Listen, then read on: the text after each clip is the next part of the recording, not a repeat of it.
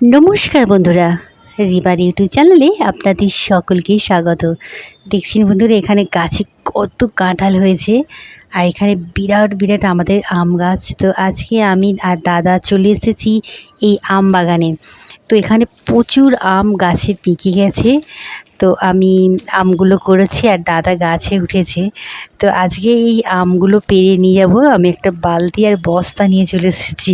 তো এখানে প্রচুর আম আমি করছি। ভিডিওটা দেখাচ্ছি, উপরের দিকে দেখুন বন্ধুরা, যে গাছে উঠে গেছে দাদা।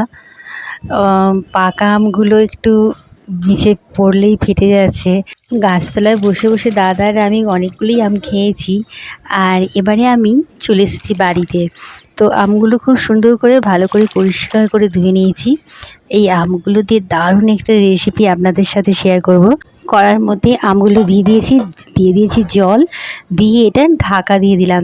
এটাকে 10 থেকে 15 মিনিট এভাবে চাল দিয়ে সেদ্ধ করে নেব। দেখুন বন্ধুরা, আমগুলো যেগুলো একটু একটু কাঁচা ছিল, তো ওগুলো একদম নরম হয়ে গেছে। তো আমি এবারে এগুলোকে গ্যাস না, এখানে উনুনে জাল দেওয়া বন্ধ করে দিলাম। এবারে আমগুলোকে একে একে এই ঝুড়ির মধ্যে ছেঁকে নিচ্ছি। তো সব আমগুলো এইভাবে সেদ্ধ করে নিয়েছি। যেহেতু অনেকগুলোই আম, দুবার করে এটা আমি সেদ্ধ করে নিলাম। এবারে এটা ঠান্ডা হয়ে গেছে।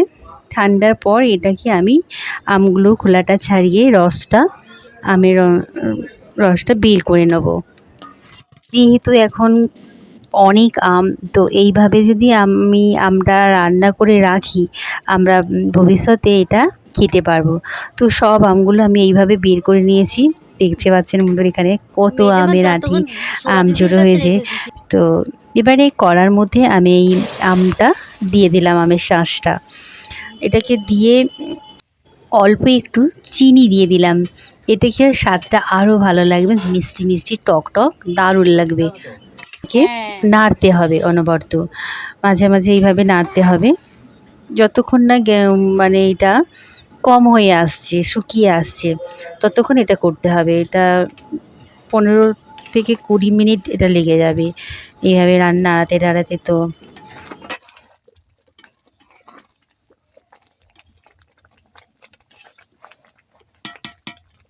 এটা বানাতে অনেকটাই মেহনত করতে হয়। তো কিন্তু গাছের আম চাষের আমগুলো দিয়ে কিছু তো করে রাখতে হবে।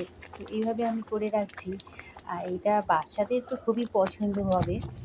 ওরা ঘুরতে ফিরতে, বেড়াতে, খেলতে এগুলো খেতে পারে, ওরা ভালোবাসে আম সত্ত্বটা। তো একদম রেডি হয়ে গেছে। আমি উনুনে জাল দেওয়া বন্ধ করে দিয়েছি। আর এই আঁচের মধ্যে হালকা হালকা এখনো আঁচ আছে, তো ওর মধ্যে একটু নাড়াচাড়া করে নিচ্ছি। এবারে আমি এটাকে বন্ধ করে দেবো, পুরো নামিয়ে নেব। তো এখানে আমি কয়েকটা থালা রেডি করে নিয়েছি। থালার মধ্যে হালকা করে একটু সেঁকে নিচ্ছি উনুনের মধ্যে। আর দিয়ে দিচ্ছি একটু সরিষার তেল। সরিষার তেল দিয়ে পুরো থালাটাকে একদম মেখে দিচ্ছি। খুব গরম হয়ে গেছে। তো এবারে আমি এই আমের শাঁসটা এই থালাগুলোর মধ্যে পাতলা করে রুটির মতো করে দেবো। তো এখন তো প্রচণ্ড গরম আর রোদ্দুর প্রচুর, এইভাবে করে এটা আমি ছাদে শুকিয়ে নেবো। একদিন নয়, দুদিনে একদম পুরো শুকিয়ে যাবে। একদিনে অর্ধেকটা শুকনো হয়ে যাবে, পুরো দুদিনের মধ্যে পুরোটা একদম শুকিয়ে উঠে যাবে। তো আমি প্রত্যেকটা থালার মধ্যে এইভাবে করে দিয়েছি। এই প্রচণ্ড গরমে রোদ্দুরে এগুলো একদম পুরো শুকিয়ে যাচ্ছে। দেখছেন বন্ধুরা, পাতলা করে যেগুলো দিয়েছে একদম কত সুন্দরভাবে বড় মা এগুলো তুলে দিচ্ছে। তো গরমে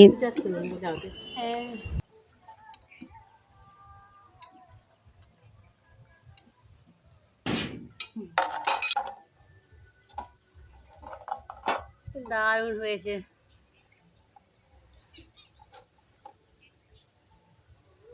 কত সুন্দর হয়ে গেছে।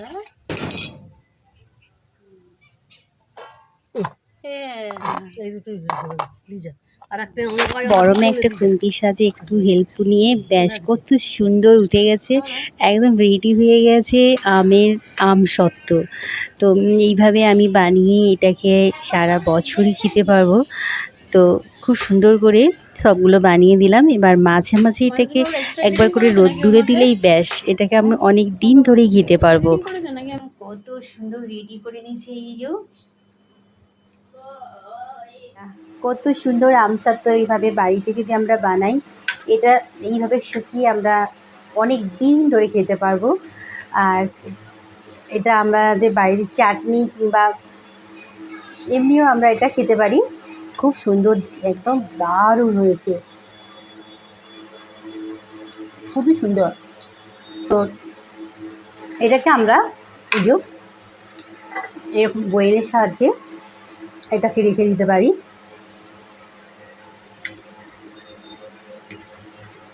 এটা বাচ্চাদের খুবই পছন্দ, ওরা খেতে খুব ভালোবাসে।